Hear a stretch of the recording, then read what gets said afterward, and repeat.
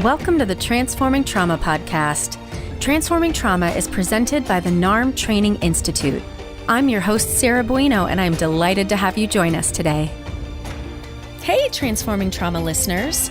If you're a licensed mental health professional working with complex trauma and you're interested in learning the neuroaffective relational model, we're excited to share with you that there are 2 upcoming NARM therapist trainings starting in January 2022.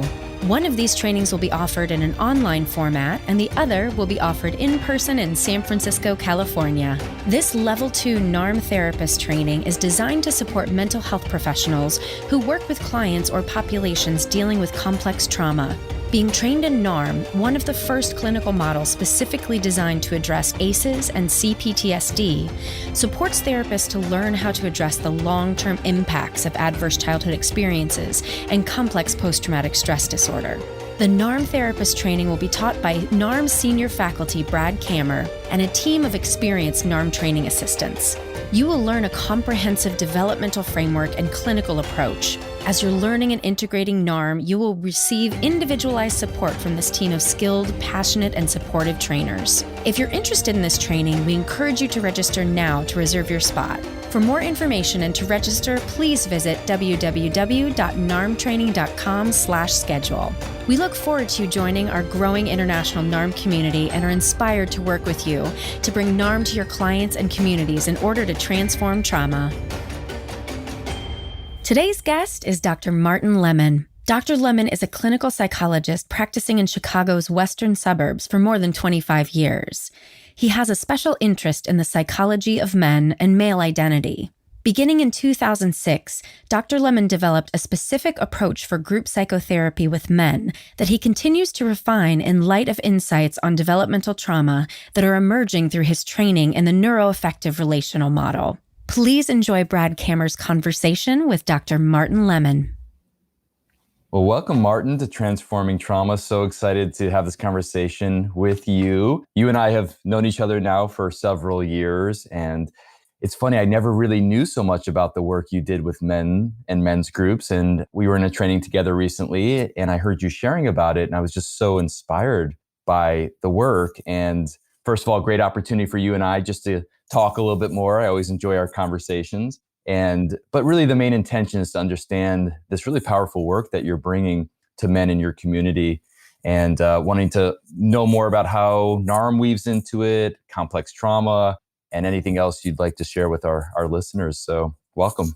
Thank you, Brad. It's great to have this opportunity to talk through this with you. I've been doing work primarily with men, and mostly men between the ages of, say, 35 and 75 for about 15 years now. And so it's great to have this opportunity to share some of that work and some of the insights I feel like I have acquired over time. Great. The way we like to start here is just what would you like for listeners to get out of our time together? Is there anything that you'd really love for people to take away? Well, my hope is that I can talk about this in a way that does give people some sense of the evolving psychology of men. It's a very interesting aspect of the field of psychology. And it's obviously something that I've been passionate about. And so I hope I'm able to convey some of that. The additional piece of training, and a lot of that, of course, is with you through NARM, has really enriched that work. And I hope to be able to talk about that too.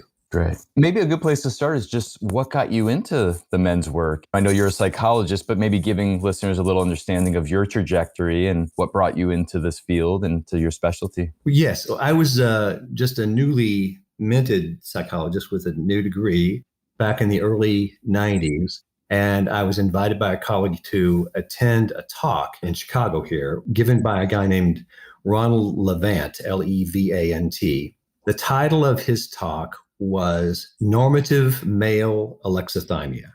And listening, came to know that what he meant by that was that he believed that men are socialized in a way such that they don't have a very broad range of access to what they're feeling. And they have difficulty, many of them have difficulty talking about it, particularly with any nuance. So what Levant was saying was there are essentially 4 emotions that are emotional states that men are able to identify. They are being happy, being sad, being angry, or being sexually aroused. And he believed that, and still does, he's still doing this work, that there are ways men are socialized again that limit their awareness to those kinds of states. And when they are frustrated communicating in close relationships, he talked about how they often resort either to anger or withdrawal, and that really limits the richness of their experience of close relationships. So I went to that talk, and I then got a hold of his book, which is called Masculinity Reconstructed. It was published in about 1995, and really began to do some reading about this. And then I was invited to give a talk that I was completely unqualified for. I had no particular experience, but I was invited to give a talk on the psychology of men in midlife. And so I jumped at the chance, did a lot more reading. And in particular, I was drawn into the research of a pair of psychologists, well, actually one psychologist and one psychiatrist, who'd written a book called Men at Midlife. And the authors of that are Michael Farrell, Farrell, and Stanley Rosenberg. And they had done this really magnificent study back in the 1970s. It's published in the early 80s, in which they described a research project that had taken a decade to do. And they'd really taken a deep dive into trying to understand what is it about men's development through midlife that makes some men experience that as the richest time in their lives, and other men experience it as a time when the richness of their lives is waning, and they are looking back and feeling like the best years of their lives have passed. I've given entire talks on that book. I can describe it in more depth, but it is a remarkable piece of research. And the thing I'll just mention to start with that really grabbed me was one of the findings they had was that only 43% of men had even one person who would really qualify as a legitimate confidant. And one of the things that's great about this research is, they didn't just pass out a bunch of surveys and say, do you have any confidants? They looked at it from multiple angles and got multiple sources, including these gentlemen's wives and children, and some of them had adult children by that time. And so that number for their sample, which was considerable, about 300 men, is probably pretty solid, at least back in that time. And the research I continue to look at that comes out even today, I think confirms that that's still a significant issue, that there's a great deal of difficulty many, many men have in truly connecting in a viable way close relationships. Yeah. Okay. So if it's okay with you, I'd love to pause it there, because I can see how this might link to you developing your men's groups earlier in your career. But if you're comfortable and open sharing, I also heard you talk about your own personal impact about learning more about masculinity or about your relationship to men through this process, and love to hear more about how that also informed you. Well, okay. I came into psychology as a profession at all, as an accident. I had no idea what a psychologist did. My only experience with that was watching the Bob Newhart show when I was a kid. Mm-hmm. And I came from a rural area of Texas where there wasn't a mental health professional at that time within 100 miles in any direction. So I had zero exposure to psychology or psychotherapy. And then I was about a sophomore. I was a junior in college, and I went to a movie and was planning to go in one of these multiplex theaters. And by accident, my big brother in my fraternity and I went to this movie, and it was sold out. And so we said, well, what else is showing here? And they sent us to another movie. We had no idea what it was about. It's called Ordinary People. So by accident, I see Ordinary People, and I was just incredibly moved by that. I just could not believe how well they had captured family dynamics and also what could possibly be done by a mental health professional to try to impact what's going on in a family that's really struggling. And it was so inspirational to me. Within a few months, I had set aside my career direction as an accountant and decided I was going to become a psychologist. And so that's a long way of saying that's how I got into psychology. And I didn't realize at that point, I don't think, how much work I needed to do that particularly had to do with my own relationship with my father, which was very difficult for me. And it was later when I was introduced to men's work by Levant and by the readings I was doing that I eventually hit upon the idea of emphasizing working with men in my practice and with developing a particular model for group therapy. Okay. So you were personally motivated through, this inspiration through the movie and how mental health professional could impact people and families. And then as you got deeper into the work and started learning about men's group, it also brought up some of this interest about your own relationship to your father, which I imagine then impacts your own relationship to being a man. Yes. And then how from there did that start to inform? So we're still talking many years before you've even come into the field of trauma or NARM. So how did this start to inform what you started doing in the early days of your men's work? Well, let me also mention that by the time I went to this talk with Ronald Levant, it was probably the early 90s. 5 years or so before that, my father died. He had been killed in an airplane crash. And I think that one of the things that really struck me about this was also my own process of grieving my father's loss, the loss of my father, because I was feeling very stuck and not knowing how to do that, how to connect with what I thought I was supposed to feel. So there was that aspect of it too. And then, like I said, doing this research flipped my idea from being one of, I'm kind of choosing this odd career path to be in mental health, to maybe it's wondering about these things and trying to find ways to address them. That is some difficulties that men, and including me, have in figuring out what they're feeling and dealing with that and coming from an authentic place. Maybe it's not that there's something odd about me. Maybe there's some things odd about the world and about our culture.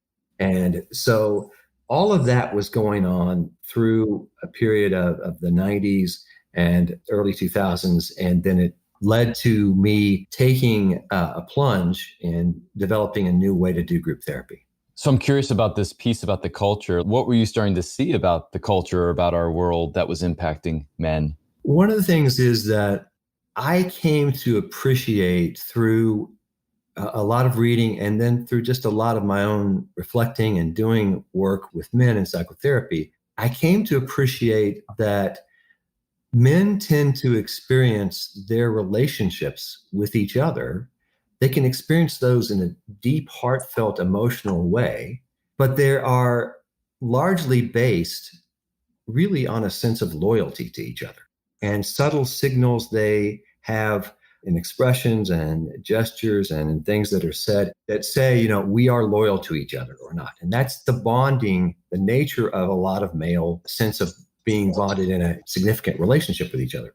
But that could go on even while there's really very little depth of understanding of each other, knowing relatively little about each other's lives, and ways that the deeper explorations that we get into in psychotherapy, which those are not necessarily part of anyone's friendships, to some extent they are. So I'm not saying using psychotherapy and that kind of interaction as a model for how men ought to deal with each other. But I just came to this understanding that men were not using a lot of their emotional resources that they do have in order to connect with themselves and deal with each other and with their wives or their children or whomever in a place where they're coming from their hearts rather than coming from a kind of persona that most men have, that they're sincere in attempting to reach out to other people through this persona,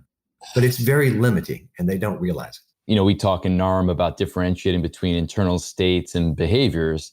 And the thing that I've noticed as an adult in male relationships is many men actually relate through behaviors, like things they like to do together or talk about that they like to do together, whether they go fishing or they work on cars or sports or whatever that might be. And I think I'm hearing you say a little bit about this, that's valuable on some level and that there's a deeper layer that maybe a lot of men are missing, which is that heart connection. It's true. But you and I know, Brad, that people can be together and be silent and still be communicating a lot. So I'm not talking here about critiquing men's relationships or their ways of engaging each other as much as I am about the limitations of it and the fact that there can be many more dimensions to it. So how much of this, from your perspective, now that you've been in the field of developmental trauma, I mean, how much of this is really rooted in men not being fostered, boys not being supported or fostered, and then moving into adulthood with these capacities of how to really connect to another person that's not just through loyalty, not just through the behaviors, but through a deeper connection? That is a very good question. And my sense about this is that for quite some time now, the opportunities that this would somehow flip and that there would be some sort of really profound change in the way men are able to do this. The opportunity for that is just so present, but it doesn't quite happen. So here I was reading these things in the 90s, and I was thinking, well, people are going to read this and it's going to change our culture. how naive I was. Culture is one of the very hardest things to change. It's hard to put your finger on exactly what the cultural ingredients are that make this difficult. And in terms of just maturation and development, there's something that seems to happen around early adolescence in particular, in my view, and maybe before that, where boys, whether they intend to or not, and often their parents and their teachers, whether they intend it or not, they get the message that the most important thing is to be strong, a particular kind of strength. And that involves not showing emotion. It involves pushing through when things are difficult and not doing anything that would lead to you being accused of being soft or a pansy or whatever label you want to put on that. And those kinds of labels are really devastating, or the possibility that someone could call you that, for young men. And so there's something that happens through that time of development that really is quite impactful. Yeah, that really hit me as you were talking about that, just thinking about my own childhood and raising two boys. And I can really see the very strong cultural messages that come towards boys to, you didn't use this language, but I'm thinking about just like dimming down their sensitivity or actually completely suppressing their sensitivity. And these messages about a certain kind of strength. I think you implied that because you and I know that when you're really able to be in your vulnerability and be in your heart, that is strength. That is real strength. That is real resilience. And that's the paradox, isn't it? Yeah. And that's one of the things I really liked about Ronald Levant's writing was he was not trying to soften men. He was fully acknowledging that there are aspects of what we might think of as traditional masculinity, the ability to postpone gratification, to push through difficult emotions in stressful situations, to put the needs of your family or your community ahead of your own. Those things are absolutely legitimate. So I love the fact that he acknowledges those things at the same time that he says there are still great limitations that men, they seem to have difficulty getting out of their own way when it comes to experiencing rich, close relationships. Yeah. As you've been talking, I don't know how well versed you are in this territory, but of course, in our society, the whole concept of gender is being expanded and revisited and redefined in various ways. I wonder if you have anything to say about that in terms of our conversation about how developmental trauma or just the norms in our society might be impacting us. It's interesting. And I don't claim in any way to be greatly knowledgeable about those kinds of things. I wonder how that is going to play out and how much impact that will have. Of course, what you're talking about, an awakening in certain parts of our society to those kinds of issues, there's a lot of conflict over that too. So that's certainly not universal, but it's going to take time to tell whether those kinds of changes really impact what I'm talking about. What I'm talking about is men's propensity to disconnect from themselves. And because you don't specify gender in the same way at a certain age or whatever, does that have the capacity to change some of this fundamentally? The answer to that is I don't know. Yeah, I really appreciate you, being open to it. And also, I really like the theme of this disconnection that you're bringing in. Of course, we're going to get to how this might align with some of the NARM principles. Now let's go back to you developing these groups. And what is the intention of your groups? And how do you start working with these different strategies of disconnection? Give us some more sense of what you're actually doing in these groups and some of the impact of them. Okay, so first, I developed a particular way of structuring work in groups with men before I was ever exposed to NARM. So I'm going to describe how I conceived of this and then how it's also been developing and augmented by my understanding of NARM. But the original, I don't know if you'd call it an insight, but I was hoping it was an insight, was that men tend to relate to each other with a certain sense of their identity, which in most cases is a persona. I relate to you in terms of I'm this professional, or I'm this person who's this community leader, or I'm this person who does this kind of labor and has an expertise in that, or whatever it is. And again, talking about the lack of depth of relationships. So what I decided to try, and it was a complete shot in the dark. I'd never heard anyone starting a group like this before. Men were probably 75% of my individual clients by this time. And I decided to just take a leap and try to structure groups a different way. So I got together a group of about 7 men who were working with me individually, and I knew them pretty well.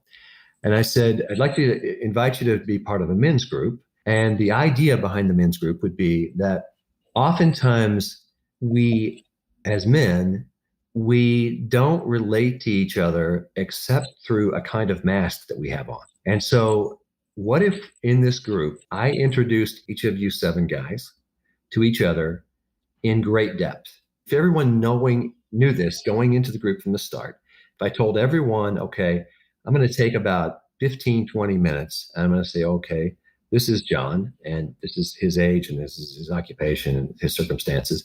This is what I have been working on with him for some time. And then here's what I understand about his life and his development. So it's an experience of everyone having cards put on the table. And then I gave them some coaching. I said, oftentimes men talk to each other and they relate through their own experience. So if someone's having trouble in business, for instance, and then someone will say, yeah, I've been through something like that. I had to deal with that kind of situation. And that is meant with the best of intentions, but it tends to shut down communication. And I said, okay, instead of doing that, in this group, I'd like you to think about it like the old basketball metaphor. You go down the court, I want you to pass the ball 5 times before anybody shoots. So in this case, I would invite you to just keep asking questions. Rather than offer anything from your own experience, ask clarifying questions. And the goal is that the person who's been talking about their own lives, or maybe it's somebody I've been introducing, but whatever the case, the person on whom the attention is focused at the moment, I want that man to have the experience that there are people who are partners with him. He's following the thread of what he wants to open up and explore about. And all the other men in the group they're supporting that by asking particular kinds of questions to clarify or reflective kinds of comments, those kinds of things.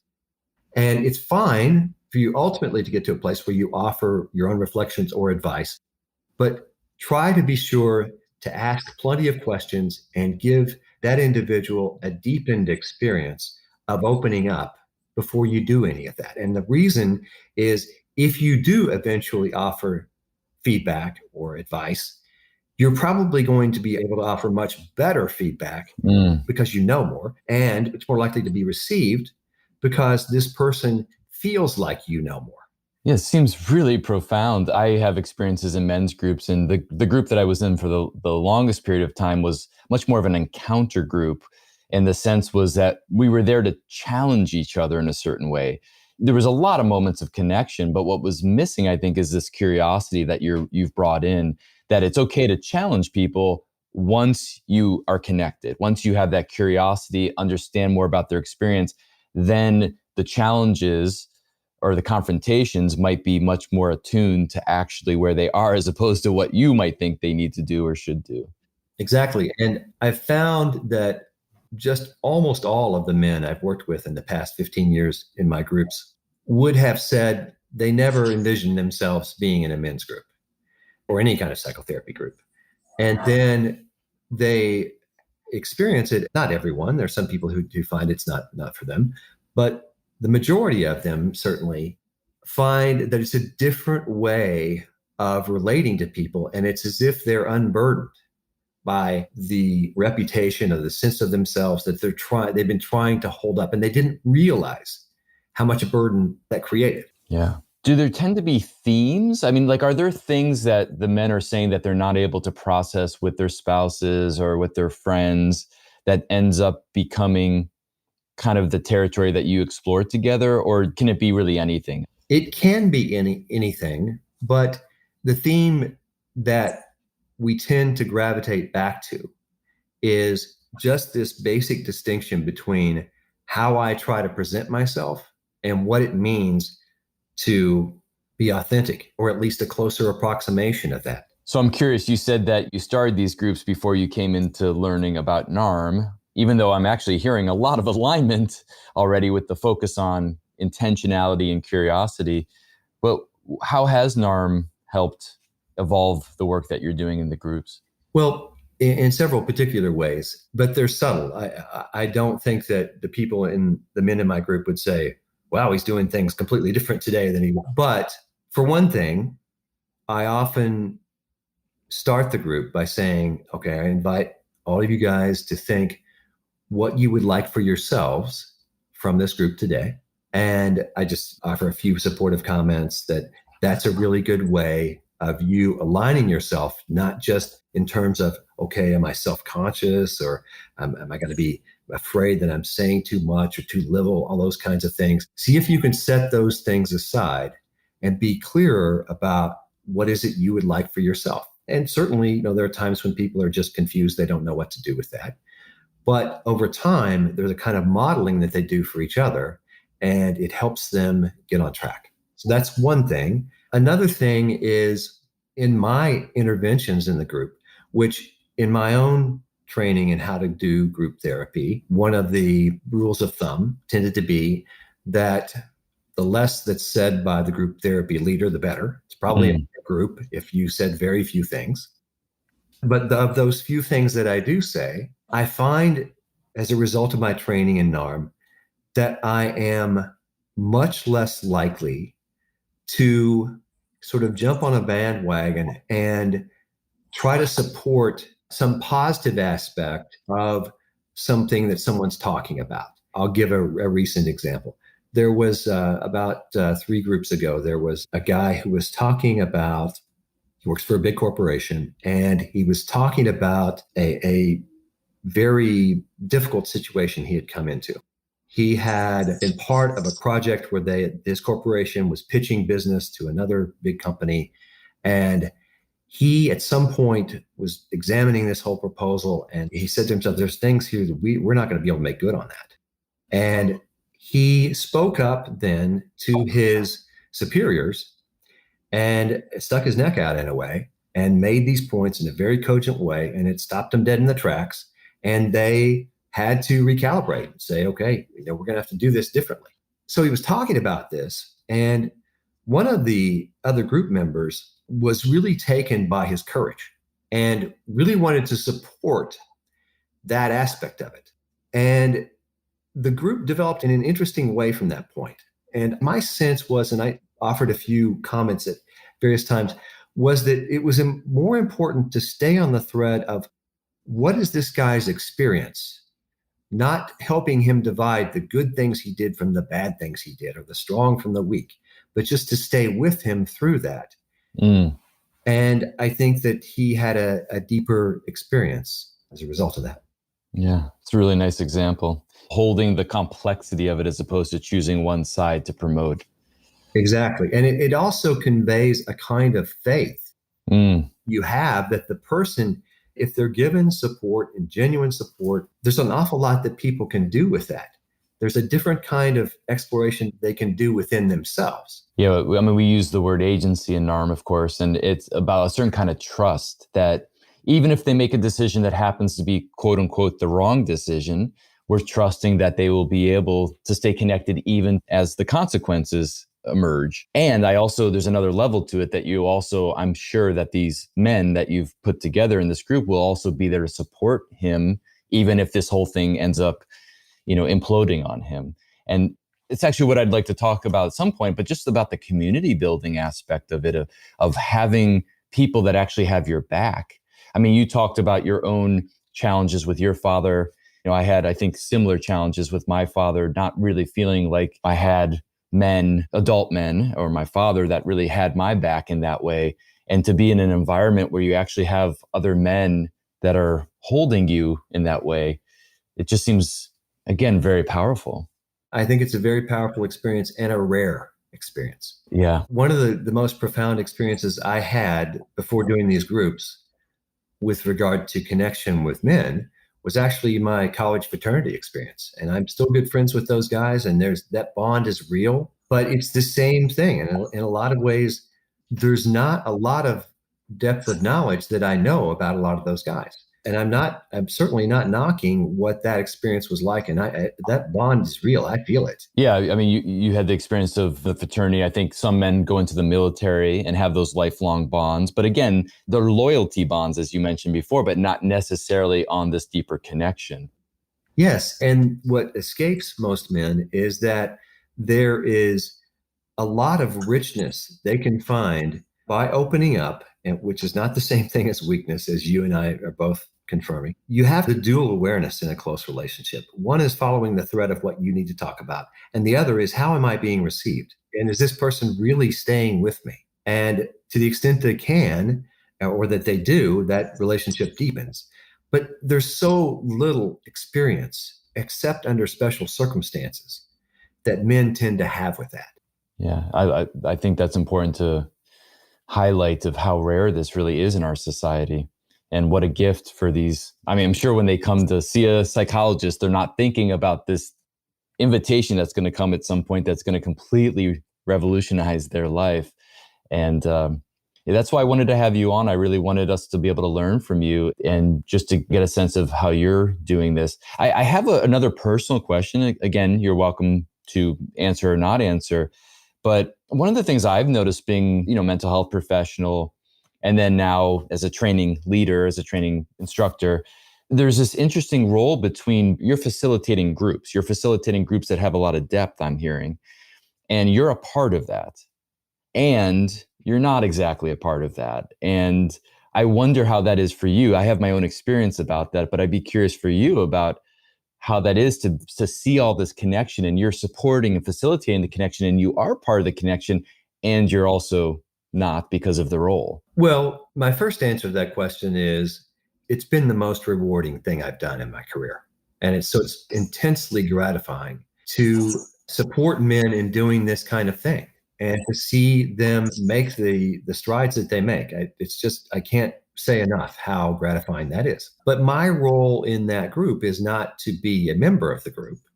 And that goes back to one of the things I know you emphasize, which is, we as mental health professionals need to take advantage of opportunities for ourselves to get help. As a matter of fact, I'm in the process of organizing a kind of group among several males who are in NARM training right now, so we can work with each other, help each other.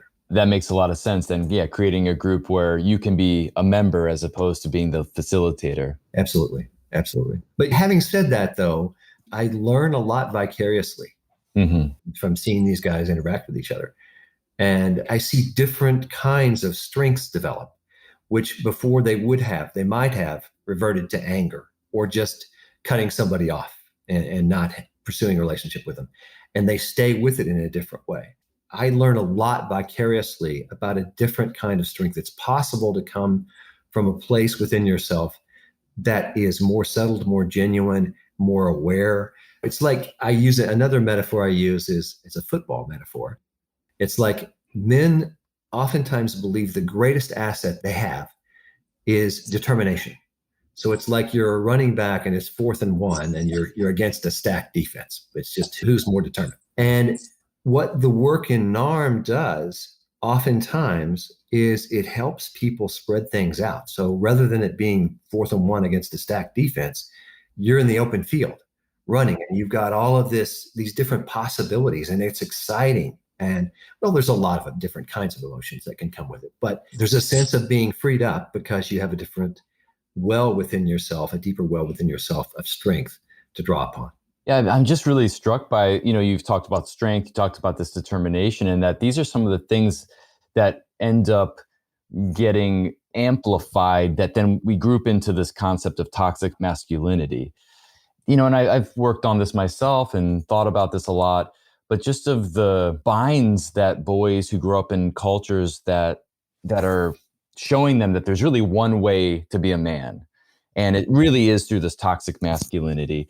And as you get older, then, we do what we do to adapt to our society and to our family system and to our culture. And then we ourselves start to embody some of that cultural learning. And then there's some relationship to the shame and pride that we talk about in NARM, where it's like there's a pride because that determination, that strength is what keeps us moving into adulthood. But there's also the shame about like we're also then perpetuating the disconnection and also people acting out in different ways. And I think that's missing in our cultural discussions around masculinity. I think the nuance of how many, many men feel trapped by that toxic masculinity. And I wonder if you could talk a little bit more about that, because I can imagine a lot of people are listening here and thinking we're looking at this quite one-sided, but there is a lot of nuance. Okay, so if I can use some personal example from my life. So my father was at once the person that I most admired in the world, really, and also the person that I feared his judgment terribly. And I think that especially by the time I got to be an adolescent, his method, if you want to call it that, of being a father, it had the implicit message, which was you'll prove your masculinity by figuring it out on your own. There was a lot of just like, you figure it out. Of course, when you do figure some things out, it's like you've found nuggets of gold and there's great pride around that, but it does miss all these other dimensions. And I think that too often men are caught in this trap of thinking, okay, should I be nurturing? But is that going to just be too soft and coddling? And is that going to make my son soft? He's going to have to go out in the same world I went into. You're not going to make it that way. But it's not about soft or severe. It's about understanding how connection works. And connection can be an incredible asset through our most difficult challenges. Goes back to what I heard you saying before, that NARM has really supported you, is to hold more of the complexity. Absolutely. Absolutely. I don't know if I specifically got to your question, though, about toxic masculinity. There's one other thing I'd like to refer to. This book I mentioned earlier by Farrell and Rosenberg and Men in Midlife. What it comes down to is they have this very brilliant way of characterizing 4 different paths that men can be on. And at the time, they did some very sophisticated research to use their sample to try to get at what percentage of men are on each of these paths. Now, I don't know how much those would apply today. That was 1981, but I have a sense the percentages wouldn't be that different. One of the 4 paths was the one that everyone would like to be on, which I believe they call transformative generative, which means men by midlife feel like they have learned a lot from their difficult lessons. They have rich relationships in family and in work. They feel like there's possibilities in front of them. And it's not as if their road has been an easy one, but as I say, they've learned from mistakes, both professional and personal, and those kinds of things. That's only about 34% in their estimation. The other 3 groups are struggling. One of those it's actually the smallest group, but they are people who are having a genuine midlife crisis. They can see all sorts of things that are not going well, and they blame themselves. And those men are at risk for all sorts of problems, including suicide. And as you know, the rate of successful completion of suicide among males compared to females, it's almost 4 times as high. And a lot of this is because men cling to that idea that I alone ought to be able to figure this out. Those are 2 of the 4. The third is, and I'm going to get around to the toxic masculinity thing. The third is guys who are putting an awful lot of effort into making it look like they're doing great. They're sort of pseudo developed. And they, in order to bolster that, they're vulnerable to getting into a lot of substance abuse, a lot of drinking. They are oftentimes acquiring a lot of debt to try to make look like they're more successful than they are. But that group, fortunately from this research, they had spouses and so forth reporting on these, giving a very different report than the individuals were when they're talking about themselves. And then there's the fourth group. The fourth group are people who, if you remember, the second group are people who are struggling and they blame themselves. Yeah. The fourth group are struggling and they blame everyone else. The world has done me wrong. I didn't get the shot that I should have gotten. This happened and that happened. And they're bitter. And the only way those men have to connect with each other is by getting together with other men who feel something of the same way and the same sorts of grievances. And those people tend to exemplify what you're talking about as toxic masculinity. And they are also very vulnerable to having some other leader come along that they then admire, and they're all in. That makes a lot of sense. I really appreciate how you were differentiating that. And you had said something before earlier about like men in midlife who either are able to stay connected and feel like they're having a rewarding, fulfilling experience. And then I think 2 of the 4 are the opposite direction. These are people that in different ways aren't feeling the fulfillment of their lives as they're moving forward in life. Yeah, 3 of the 4 are not feeling it. Oh, I'm sorry, 3 of the 4. Okay. Right. And in the book, or even just based on your perspective, what are some of the main ingredients? What are some of the main pillars that are for this one group that are able to feel more fulfilled, to more connected? And maybe these are some of the things that you're working on in your groups. Well, the most obvious one is a healthy vulnerability. Even coming to understand what vulnerability is and what it feels like to be honest about what you're struggling with people you deeply trust. And that trust has to be carefully developed. But that is really the hallmark of it. And then you learn so much through that. You learn saying things about yourself. You also learn how to relate to other people, how to connect with other people. And you can provide things that then are richly rewarding through the next decades of your life. And one of the hallmarks of midlife is you're in the transition from what for most people is the most productive part of their lives, career-wise, to a part where you are advising other people, you're enjoying your family relationships, and your life will be very rich in that regard if you've come to terms with what it means, how to be vulnerable. And that's something, even saying that, I think many men would reject that out of hand. What does that even mean? And it takes some care to really help them understand what that could mean. I had this realization, I don't know if I've shared with this with you before, but since I started teaching 20 years ago, I really prided myself on being like a real authentic teacher. Like I would say it like it is. I was transparent. It was just something that felt right to me based on my personality and how I wanted to show up in my classes. And recently, really recently, in the last couple of years, I started to sense into that transparency is not the same as vulnerability. And that in some ways, some of my desire to be so transparent was actually a strategy for blocking my vulnerability. And when I started to realize that, it blew my mind, because it was like I thought I was just so vulnerable because I was so transparent, but those were not the same things.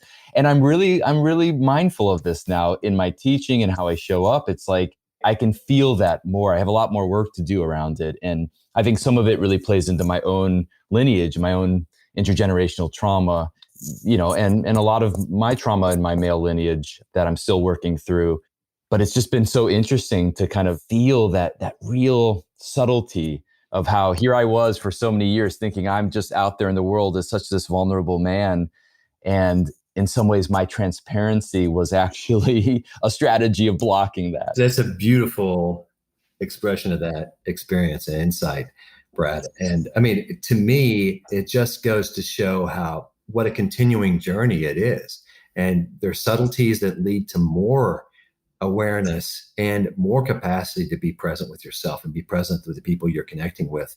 And that's one of the things that I've just been so grateful to NARM about, which is these concepts of strategies, as opposed to being able to set those aside, and how that affects your sense of your basic identity and how to support yourself through the work that you do to get to the next phase with that. Well, this just feels like a continuation of these really rich discussions that you've started. And I'm glad that you and I get to do this one-on-one here today. And I think we're going to have a lot more of these moving forward. I have a feeling, because I'm so interested in learning more. And, we're part of this community together, and you're helping us also develop some of our understanding.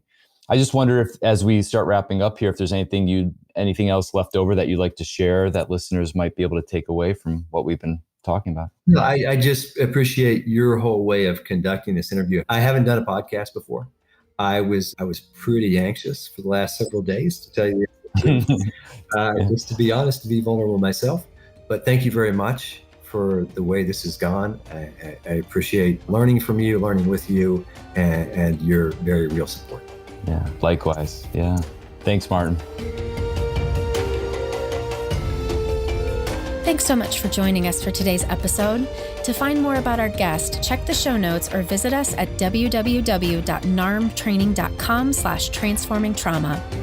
The NARM Training Institute also offers the Inner Circle, an online self-paced learning program intended for anyone who is interested in joining an international online community focused on healing complex trauma. You can find more information about these trauma-informed learning programs, in addition to other resources, on the website, www.narmtraining.com.